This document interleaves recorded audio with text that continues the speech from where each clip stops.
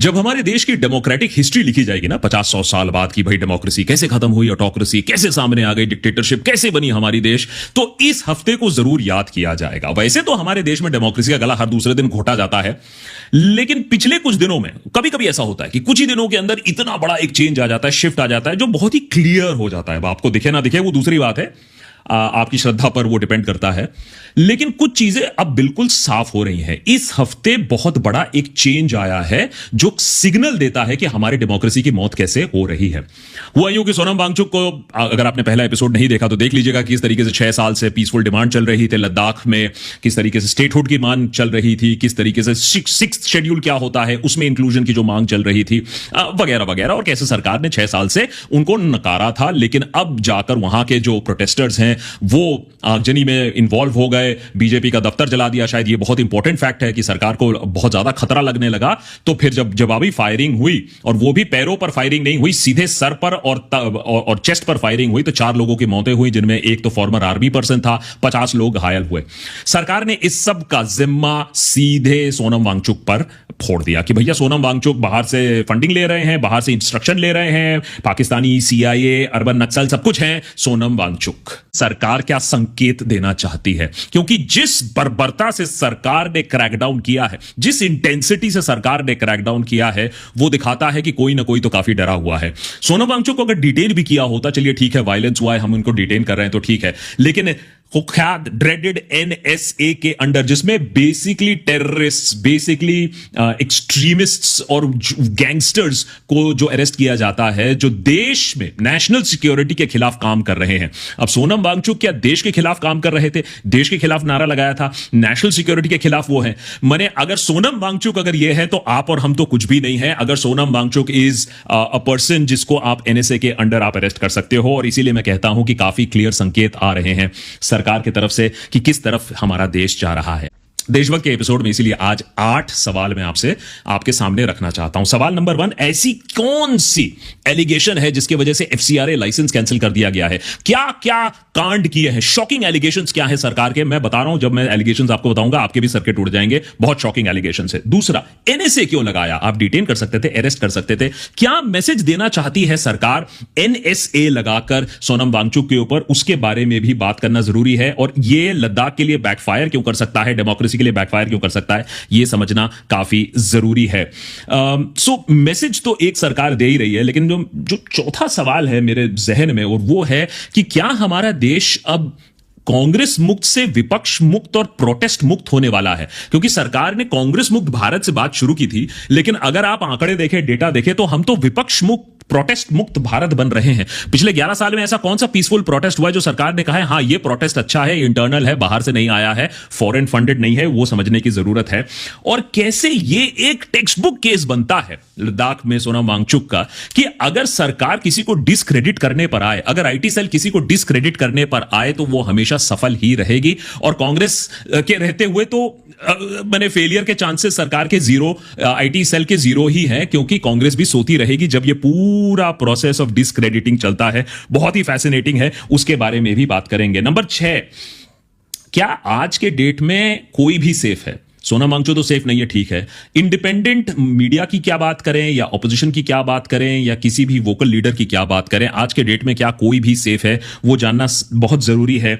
और एक सवाल जो हमें भी पूछा गया है कि किसी पार्टी हेतु अगर आप काम ना कर रहे हो, क्या इंडिपेंडेंटली स्टैंड करके, विदाउट अ पार्टी स्टैंड, क्या आप डेमोक्रेसी के लिए, डेमोक्रेसी कॉन्स्टिट्यूशन के लिए बात कर सकते हो, या आपको किसी पार्टी से लिंक्ड होना होगा? वो समझना जरूरी है। एंड फाइनली, क्या आप एक्सेप्ट करोगे? आज का एपिसोड सिर्फ इसलिए है, आपको यह बात कहीं ना कहीं तो माननी पड़ेगी कि भैया सबकी बहुत बुरी तरीके से लगने वाली है। मैं ये नहीं कह रहा हूं कि कुछ करो उसके बारे में, लेकिन क्या आप मानने वाले हो कि कितनी बुरी तरीके से हमारी लगी पड़ी हुई है, या आप भी बोलोगे सब चंगा सी है?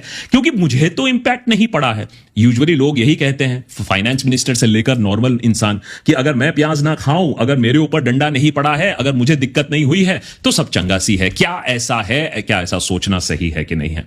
सबसे पहले बात करते हैं जो चार्जेस लगे हुए हैं वांगचुक के ऊपर, जिसकी वजह से FCRA लाइसेंस लाइसेंस कैंसिल कर दिया गया है। तो सुनने में तो ऐसा लगता है कि अगर एफसीआरए लाइसेंस कैंसिल किया हो तो करोड़ों खरबों रुपए आ रहे होंगे, देश को बर्बाद करने के लिए बिलियंस ऑफ डॉलर्स आ रहे होंगे बाहर से, जिससे एक बंदा या एक छोटा सा ऑर्गेनाइजेशन जो लद्दाख में बेस्ड है वो देश को अराजकता में झोंक पाए।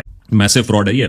54,600 नहीं, करोड़ नहीं, ओनली 54,600 रुपीज वॉलंटियर ने फी पे किया था 18,200 रुपीज का। उसको एक्सीडेंटली एफसीआरए अकाउंट में वो चले गया था, तो वो लोकल अकाउंट होना था लेकिन वो एफसीआरए अकाउंट में चले गया। जो एनजीओ है सेक्मॉल, उसने ये माना भी मेरी गलती है, लेकिन सरकार ने कहा कि ये देखो इसी तरीके से आप फ्रॉड कर रहे हो, तो ये दूसरी गलती पाई। तीसरी गलती तो उससे भी बड़ी, 19,600 करोड़ नहीं, 19,600 ओनली।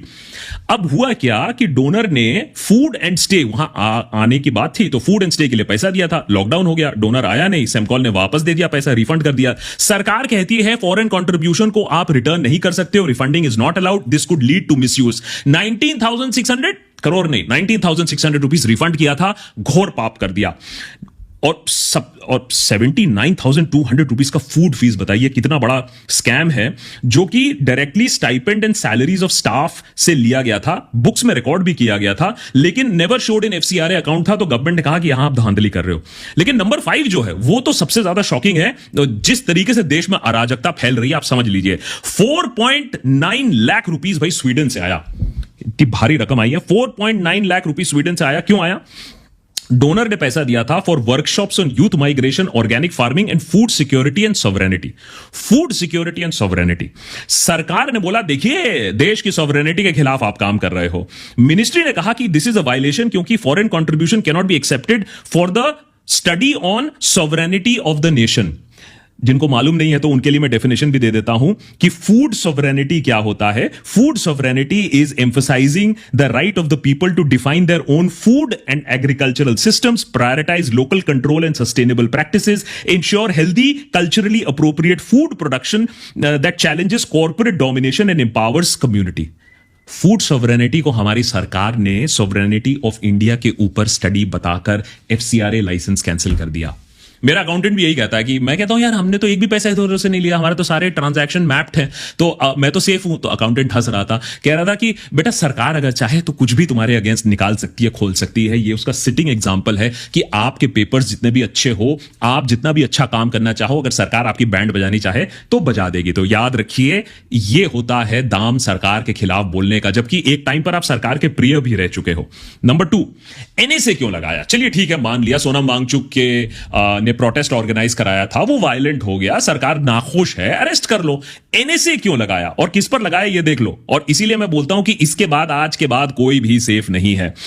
जिस बंदे ने मोदी की वाहवाही की आर्टिकल 370 हटने के बाद, उसी दिन one of the first people in the area जिसने बोला बहुत अच्छा कदम है, 370 हट गया, हम यूनियन टेरिटरी बन गए, उनको लगा उनको और राइट्स मिलने वाले हैं। आज उसी बंदे को एक टेररिस्ट तरीके से ट्रीट कर रही है सरकार की आईटी सेल।